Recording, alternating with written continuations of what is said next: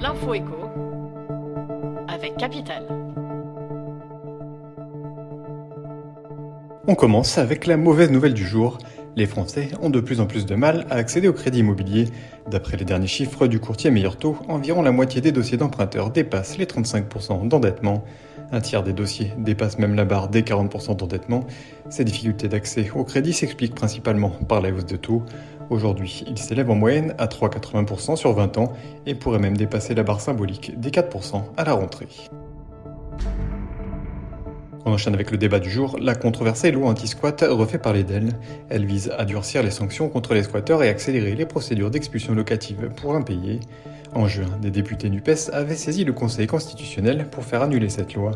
Vendredi dernier, un collectif d'associations impliquées dans la lutte contre le mal-logement conteste la conformité du texte.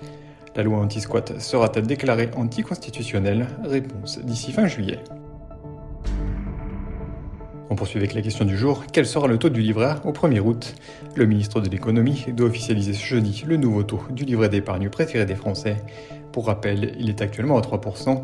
Si on s'en tenait à la règle de calcul en vigueur, le rendement du livret A pourrait théoriquement atteindre les 4,1% le 1er août. Mais on s'attend à un taux plus faible. Décryptage sur capital.fr. Pour terminer le mot du jour, Vigio. Le gouvernement vient de lancer cette plateforme internet pour s'informer localement en temps réel sur les restrictions d'eau en vigueur. Une fois sur le site, l'utilisateur rentre l'adresse postale où il se trouve dans la barre de recherche. Le site indique alors le niveau d'alerte. Vigilance, alerte, alerte renforcée ou crise. En fonction du résultat, des indications sont données sur les mesures à suivre et les restrictions. C'était l'info écho avec Capital.